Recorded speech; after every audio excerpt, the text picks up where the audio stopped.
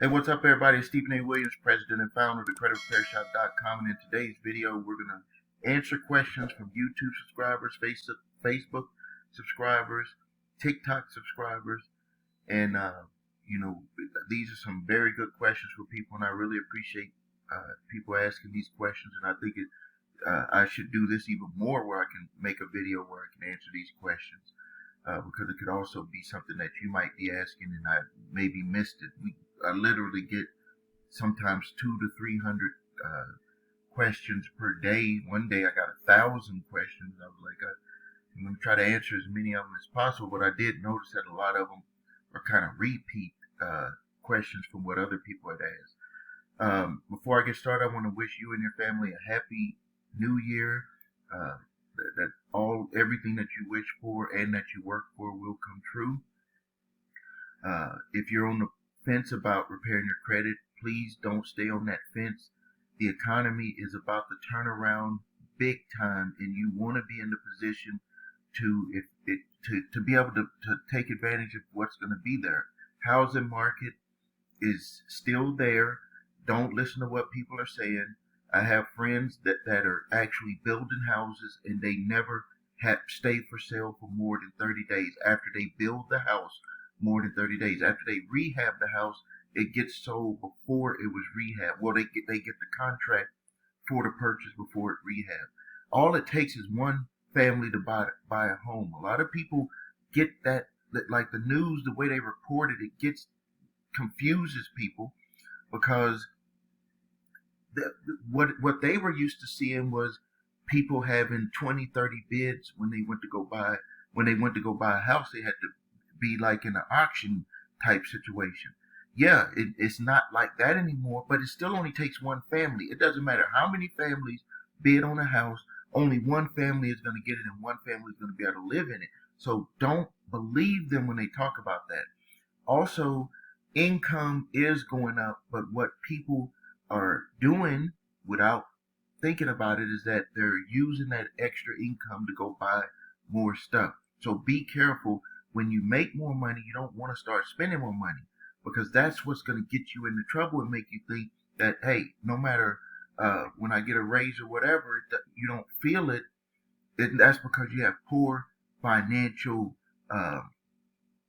you're utilizing your finances the wrong way. With one of my employees, I told him this, and I said, no matter how much money you get paid, you're getting paid very good money. If you don't change your spending habits, there's never going to be enough money. We see it with people who make millions of dollars. They just blow their money. There was a documentary that I was watching for the previous owner of the Philadelphia Eagles, multi-millionaire. He ended up losing his team because of gambling. So money is money. Money is just there, just like this picture of money. Money is just money. What people don't understand is that money is a tool. You can use that tool for good.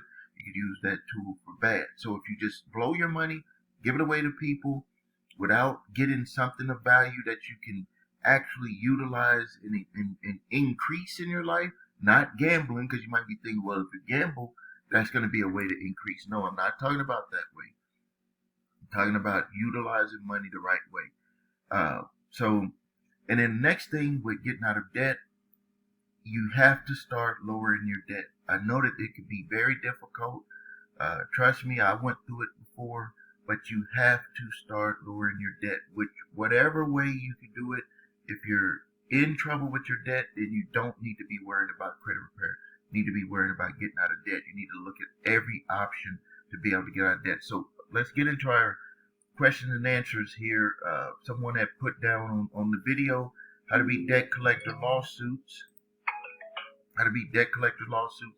And someone wrote that it is well established that a national bank has no power to lend its credit to another by becoming surety, endorser, or grantor for him. Farmers versus Mariners Bank Farmers and Mariners Bank v. Bluefield National Bank. A national bank has no power to lend to any personal corporation, Boeing and Needle. And what I said in response to this is that I don't disagree with what they said in the court case. I do not disagree with what they said in the court case. What I do, and I won't even say it's a disagreement. I said that it's a matter of the way that stuff is applied. So if you have these two court cases right here, two court cases, you go read them and see what they said there, which were semi-technicalities also. Contracts have been changed to where they can make the loans, and you want to know how I know I'm right? It's because look at how many loans were processed on it yesterday. Look how many loans were processed on Friday, or today's Sunday. Look how many loans were processed on Friday. How many were processed on Thursday? Let's see, how many? Let me just type this in. How many loans? Let me just. I'm gonna look at this. I'm gonna look at my phone here. So let's look at how many loans. Since you can't do that from what he stated on there, how many loans processed in the U.S. each day? Whoa. So it says here,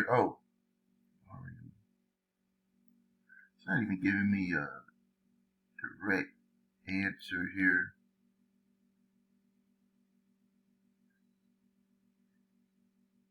No one has a direct answer. Look, millions though. It says millions. Not getting a direct answer, but millions of loans are processed. So that's where in application is different than something that you've seen in a court case. And I talk about this a lot when it comes to credit repair and getting out of debt. Like there is it's the difference between being in the football game and being a bench warmer that's never been in the game, but you know the game, but you never been in the game. Because when you get in the game, it's stuff comes at you in a different way, and you better be ready for it. And there are plenty of people who have went to court the same way and got a different decision on this because there's specific technicalities within each of these court cases. I've seen one where at one point they didn't identify that they were like a middleman in the way they use different terms, but they didn't identify that they're going and getting credits and paying that out. Because there's a big issue about can car companies or can car dealers take a down payment. Like that's all over YouTube. It's illegal for down payment. Well, guess what? Millions of people who bought cars last week paid a down payment. So are they wrong, or what are the people who are just saying it on YouTube wrong? And then you could see court cases, but if you look at the court cases, it's going to be specific technicalities on either disclosures or different things. One thing that I did notice is that when they start to do the down payments now, that they're actually writing it as it's not technically a down payment. It's actually buying down the car. So when you get a loan, the loan is for that amount. It's not technically a down payment. It may even still stated as a down payment there to you, because in our own mind, that's how we look at it. Like I'm putting a down payment to pay down the car. So they leave the term the same, but they define the term different in the contract. So keep your eyes on understanding how stuff is actually applied in the game and how stuff is applied in the books or written in the books. Let's look here. Someone put here, so on the video about where I did a short about the credit card companies, Discover, American Express, Capital One, Barclays, that they were hiring companies and suing for their debt instead of selling their debt. And the person said, well, like they want their money back, right? Now I was like, obviously they want their money back, but it's more to the story than that. What it's about is they want their money back. That's number one. That's like goal number one. But really, what they in their mindset of thinking is that they've done their research and they figured that if they don't sell the debt for pennies on the dollar, don't sell the debt for pennies on the dollar, and they just go ahead and hire a firm to go out and do it and have them collect and either get garnishments or a settlement, that they're going to be way ahead. So they were figuring, like, say someone has a debt for $10,000 and they sold that for $100 to a debt collector, they could pay a debt collector $500 to sue for them, and they could potentially get all of the 10,000 or 5,000. Now, from experience, from being in the game, actually helping clients with this, actually helping myself with this when I got in trouble in the 90s, is that you will be able to settle directly with them, and it's going to be, at the beginning, they're going to be at about 50% at the beginning. So you're already ahead of the game with not having to pay all of the money. So that's the difference when people make those statements, is that they just don't know, and I understand that. But right off the bat, you're going to be at about 50%, depending on what debt collection firm that they use, because the debt collection companies, they put a big a big sales pitch on to these credit card companies saying we can get you the most money. So they might start at 75% to make themselves look good, but you can work them down usually to 50% before they have to call the original creditor to say, hey, can we go lower on the debt? But the longer the period goes, the less you would have to pay. I've seen these close out at 20-25%, and that's basically because they start to ask for personal documentation, and sometimes they might even ask for it at 50%. But most of the times you can avoid that when you're trying to do a settlement, and that's something that people that are not in the business, that don't really do this, they don't even know this. When you start negotiating back and forth, they're going to say, well, one of their tactics that they're going to do is they're going to say, well, we want to see financial documents, or they're going to ask you specific questions when you're negotiating back and forth with them. And if you don't have someone in the middle, you can accidentally get them to where you're getting information to them, to where they're going to say, hey, we don't even want to go down at all. We want to try to get all the money. And yes, something else that they do, this was done to me before when I was going through my stuff, and I recently, with a couple of new high dollar, $1 million clients, they come around and they take pictures of your property. They will say, we feel that we could take this property from this individual for the debt that is owed. Not to try to scare anyone. This is for people who are high net worth, that maybe have gotten into some credit and debt issues. That this is stuff, these are tactics that they will use. For people who are not high net worth, the tactic that they'll use, they'll look at your credit reports and they'll see what you're paying on, and they're going to take that data and they're going to say, well, hey, you can imagine they're in their boardroom and they're like, well, with all the list of clients that they're trying to, negotiate with, and they're like, well, I pulled the reports on this individual, and they're paying all of these other credit cards, they're paying their car payments, they're paying their mortgage. They can see everything that you're paying on. So, it has to line up. If it don't line up, they're going to fight harder. But regardless if they fight harder, they always still try to work out something. They don't want to go to court. So here's someone here on removing the charge-off from credit reports. She said, I thought we were talking about removing charge-offs, not car loans. I don't know what this person is talking about. This one here. But with removing charge-offs, I'll give you the strategy. Removing charge-offs, if the original creditor sells the debt to a debt collector, they charge off the debt before they do that. They sell it to a debt collector. My theory behind this, which has been tested, which works, but it does take work to get this across, just like that court case where the person had talked about how that plaintiff, that plaintiff had won, uh, is that you're gonna have to fight and go back and forth with them. So if they sell the debt to a debt collector, or they settle the debt free with you for less, the mark is gonna the mark. If they settle the debt for you, I'll take it from that first. If they settle the debt with you for less, they're gonna mark on there paid for less. That's what they're gonna say. If they sell the debt to a debt collector, they will just leave it as a charge off and they'll say sold.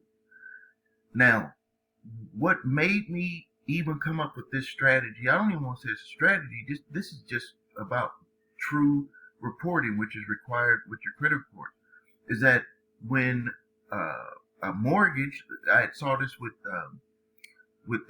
my mortgage company, when one of them had sold in the past to another mortgage company, and they had put on there that it was sold and paid. So they didn't say sold and paid for whatever amount, they just said sold and paid. So I was thinking, so if a original creditor charges off a debt and sells that debt to a debt collector, they have taken payment. So at a minimum, they have to say charge off, sold, paid. And they can put paid for less. But in actuality, it's still not being reported correctly, but we always give the creditors two options. And it seems like they always take the deletion option, because I guess they don't want to put it on there sold paid, because that would trigger the algorithm to actually increase that individual's credit. So if they sell the debt, you should dispute to them that they sold the debt to a debt collector. At minimum, they can mark it paid, sold, and paid for less. They can put that on there, or they can just put paid, because they never identify how much. But if you were to pay a charge off to the original creditor, they would put sold. They would put paid for less. They would put paid for less. If you've ever done that, you can look on your credit reports. That's how they would put it on there. But they don't say paid for less by you. That's just implied. And that's one of those little bitty gray areas that they get away with, because people don't know how to question that. So that's what you would do to get that charge off of there. Someone sent 18 hours ago. We're not working over the weekend. Let's see here. Here's another one.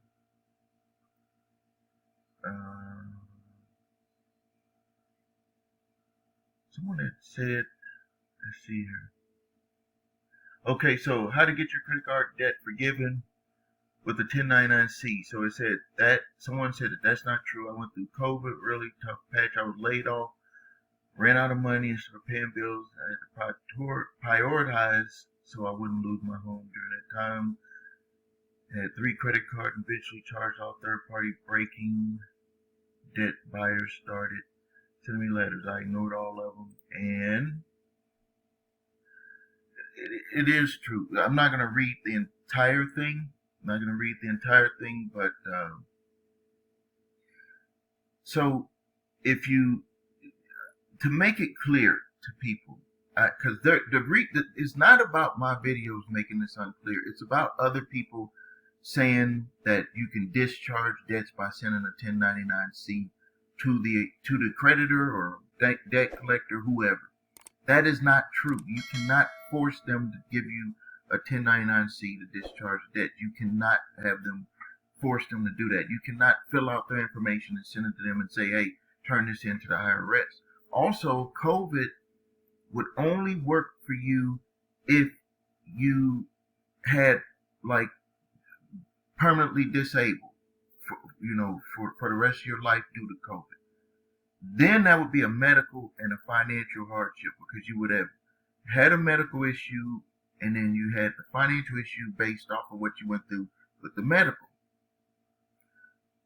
So to be clear, for a 1099-C with the original creditor and even with the debt collector, to get them to just cease collections, if you have a combination that you can document medical and financial hardship, and you craft that into a letter and present that to them, they still have to make the decision. They still have to make the decision. And then when the debt is sold to a debt collector, if you go to their websites, they all have a section in there about showing where they do listen to hardships, and they can determine if they want to come after you or not.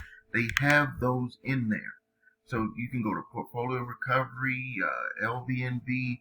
It's hidden in their websites. I've shown it in other videos.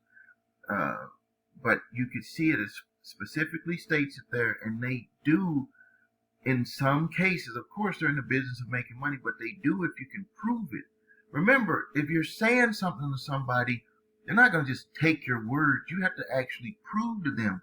Like, why, if you loan somebody, let's just say you loan somebody $100, and they came to you and they just said flat out, I can't pay you because of this. Depending on how they say it, you're going to believe them or not. Now, think about it with a business that doesn't even know you at all. How they're not going to just take your word on it. They're going to want documentation to prove what you're saying is true. Someone said that they're grateful. Thank you. I do appreciate that. Let's see here. With the video for the 7 and 7 rule, I'm gonna take a drink of coffee here. The 7 and 7 rule, where they debt collectors or original creditors, original creditors can go overboard with this. Once that debt goes into a collection status, when the original creditor keeps it and it goes to collection status, they're under the 7 and 7. A debt collector from the beginning is under the 7 and 7. And again, what that means is that within 7 days, they cannot contact you more than 7 times, really 1 time per day over 7 days. They can try to contact you. And that means that a contact means a call. They can leave a message, social media, email, mail. They can do all of that in combination, but it can only equal 7.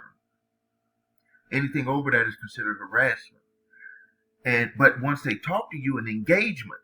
So contact is different from engagement. Engagement means they actually talk to you. It does not go into saying that you're going to pay or this and that. It just says if they get to talk to you on the phone, you are live on the phone, not an AI of you.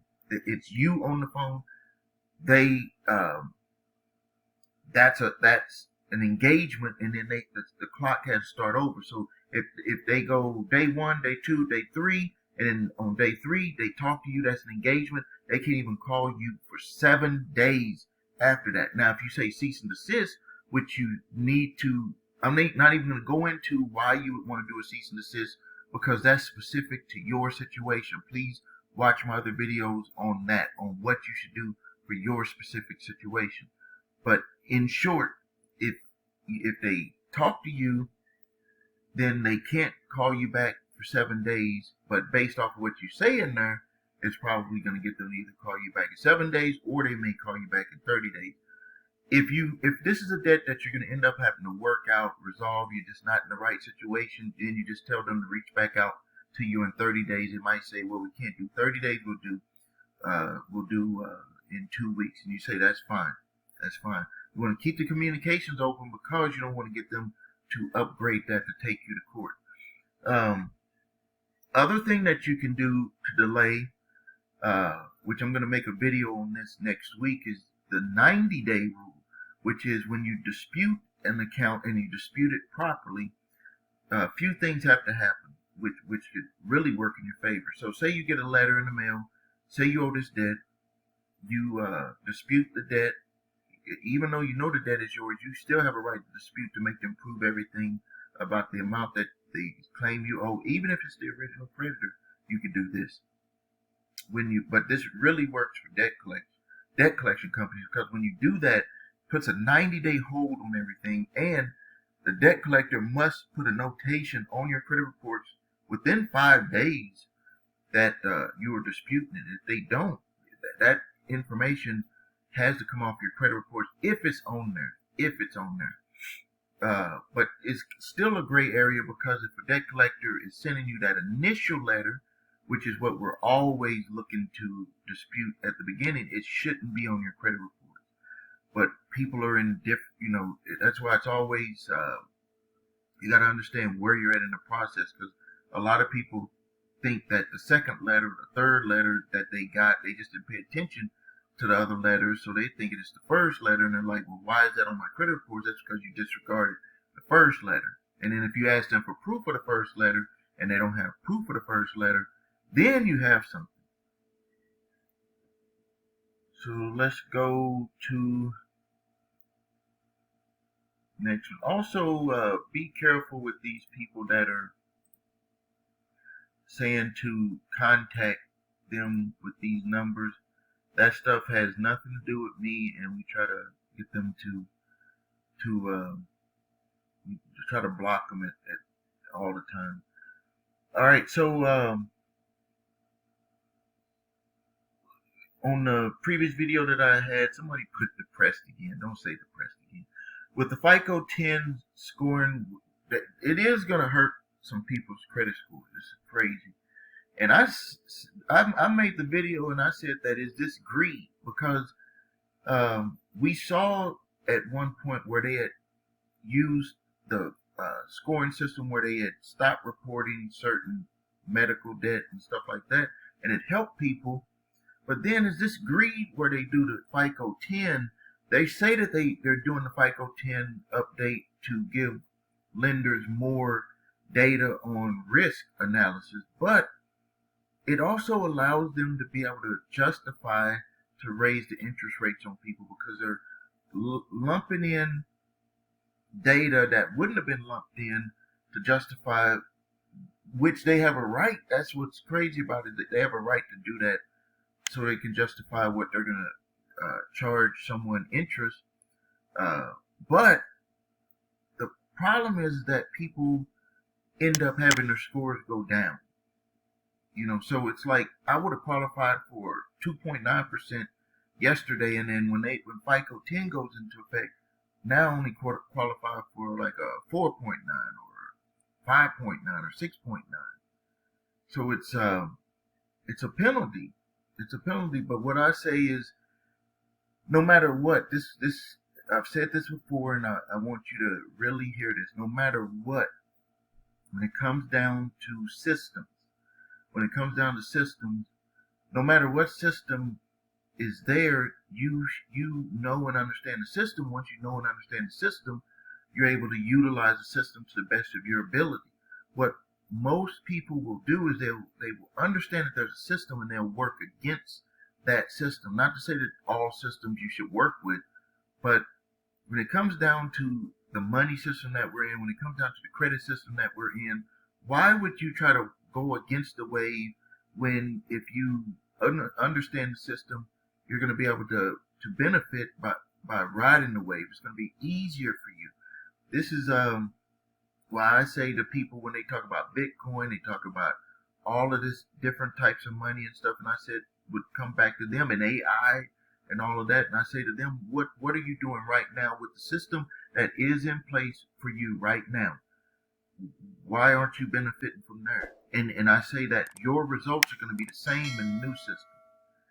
They think that it's not, because what they're thinking is that they're always thinking of the future. They're never thinking about where they're at right now. So when that new future comes about, guess what they're going to be thinking? About the next new future. They're not going to be taking advantage of what's going on right now. All right, so let's go to some more questions. Someone says that they're being sued by a debt collector to get an attorney that acknowledges, in the field of fight, for you, it's not expensive, trust me. I guess this was someone who was able to get a debt collector to work on their behalf. I mean, a debt lawyer, an attorney that knew about the Fair Debt Collection Practices Act. That's good for you. Let's see here. Someone says here, one of my, the video about pay off your car with a promissory note, and the person was upset about me putting that on there. And I specifically stated in the video the only reason why I'm even talking about it in that video, made the video, was because a client came to us who had their car repossessed. And this is what they did. They typed this nice promissory note. Just do this. I put a copy of the promissory note on there in the video. Like, people talk about these promissory notes and using them for doing stuff. Well, I actually had a client that was not my client, came to me later and became a client to help with this situation. Took his vehicle was repossessed, but he said that he had a promissory note, and that sent it to the dealer. I mean, it's just crazy. Took it to the dealers. Took the car to get some repairs, and they ended up keeping the car. And he thought that it was all well and good because he had followed the instructions on YouTube and whatever course that these people talk about, and sent them the promissory note, and the car was gone. And now he has an issue with having a repossession on credit reports. Someone stated here that New York statute of limitation reduced from 6 years to 3 years, a good thing. Someone, where I said protect your account from garnishment. Someone has stated, but how do you know what bank you bank at to get your money out?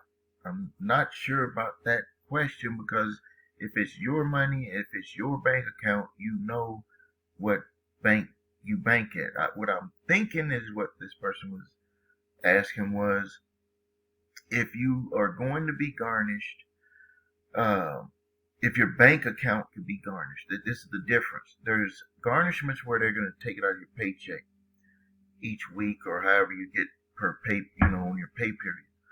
But there's also garnishments where the creditor or the plaintiff can actually just take all your money out of your account. And, this is not legal or accounting advice that I'm about to give you right now, but I think that to protect yourself, and you know that this is something that's potential that could happen, that you need to kind of protect yourself. You do have a right to be able to pay your personal expenses, and then you can work out a deal with being able to pay them the garnishment. My big prediction, like if there's a big prediction that I would make for 2024, which is the economy is already good. People are just waiting for somebody to tell them it's good. You only see what you internalize. So you got a whole bunch of people who are financially well off, who have good health, who are, living the life that they want to live, and it's not all about money. They're living their life the way that they want to live it. And then you have people who are reactive, where they're just reacting to what they see in the news, reacting to what they see on a video about, oh, it's bad. And one of the crazy things and I've said it before, you got all of these real estate people talking about don't buy no houses. You got people like Grant Cardone. My battery's getting low here. Got to make sure I had this in here right. There we go.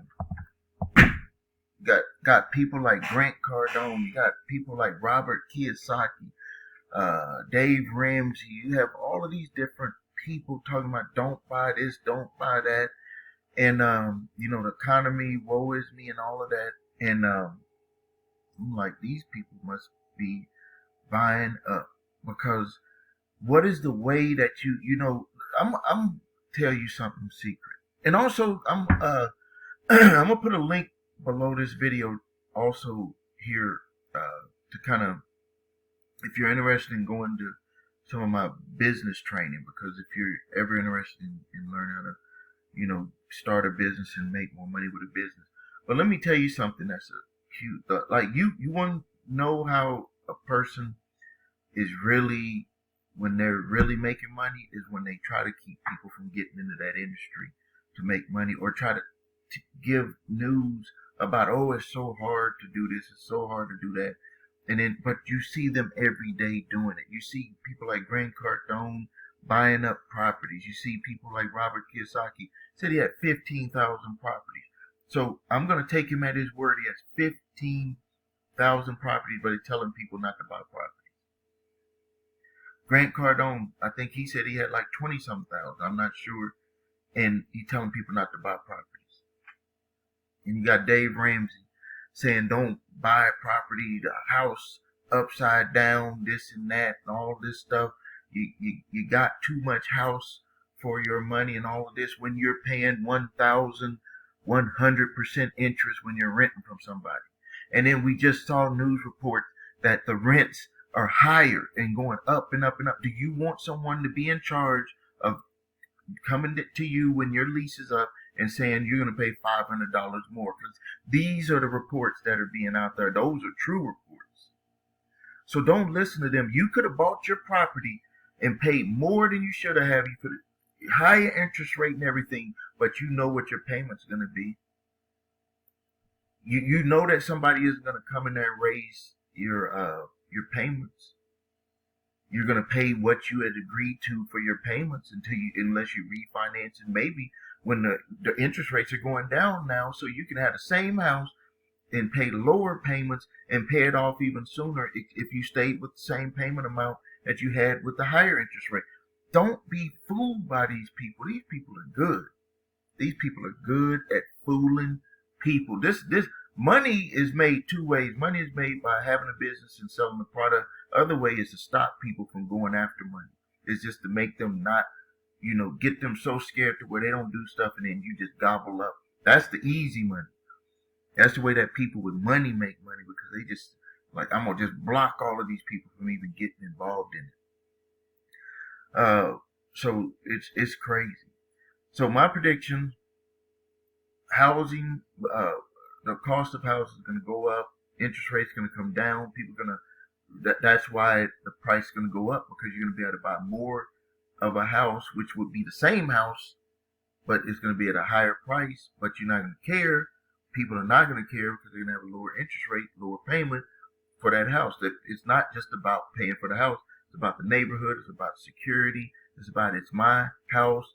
I can do whatever I want. I can paint the rooms pink if I want to, whatever. I can put a porch on or a big patio without asking permission from somebody.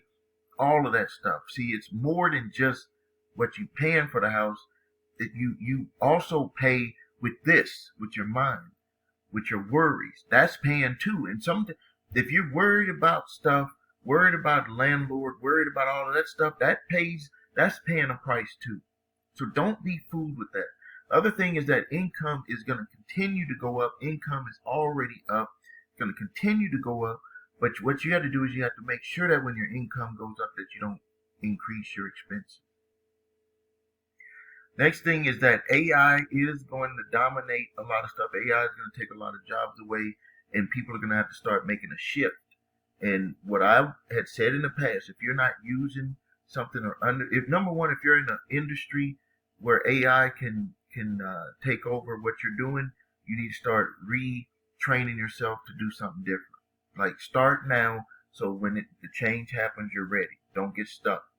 And then if you're not in one, but you're going to need to utilize AI, get yourself educated on utilizing AI. I use AI in my business, and but on a level of with the chatbots. But there's something that I'm testing, and I'm building it myself because I want to understand the programming, is to actually do the task for me. I'm gonna, like, where I could just sit here and say, like, on Mondays, what I do on Mondays is I look at all of the people who were interested in getting information with working with the credit repair shop, and but I have to do that, and I look at it, and what I want to do is I want to create an AI task application that'll just do that, where I can just sit there like this and just look at it.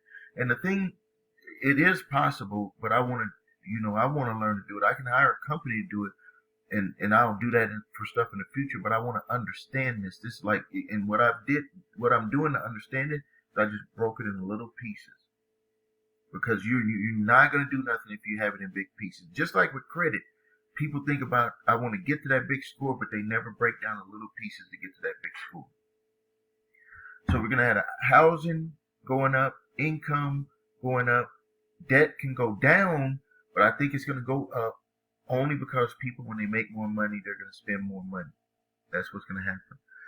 All right, so if you need help with your credit, please visit us at thecreditrepairshop.com. Watch the video What Makes Us Different so you can see my 8-point validation process, my two-phase settlement process. If you need your credit reports and scores, go to the website your3scores.com and grab your TransUnion, Equifax, Experian credit reports and all 3 scores. If you have debt collectors coming after you early in the game, even if you've already received a letter and you just never responded to it, grab my 3-pack of letters, statute of limitations, cease and desist collection activities letter, and debt validation letter. I put instructions on there so you know which one to use. I do ask for a donation on those, but you don't have to. I'm going to send them to you anyway. The link is below this video. Thank you for your time and Happy New Year. This is Stephen A. Williams, President and Founder of thecreditrepairshop.com.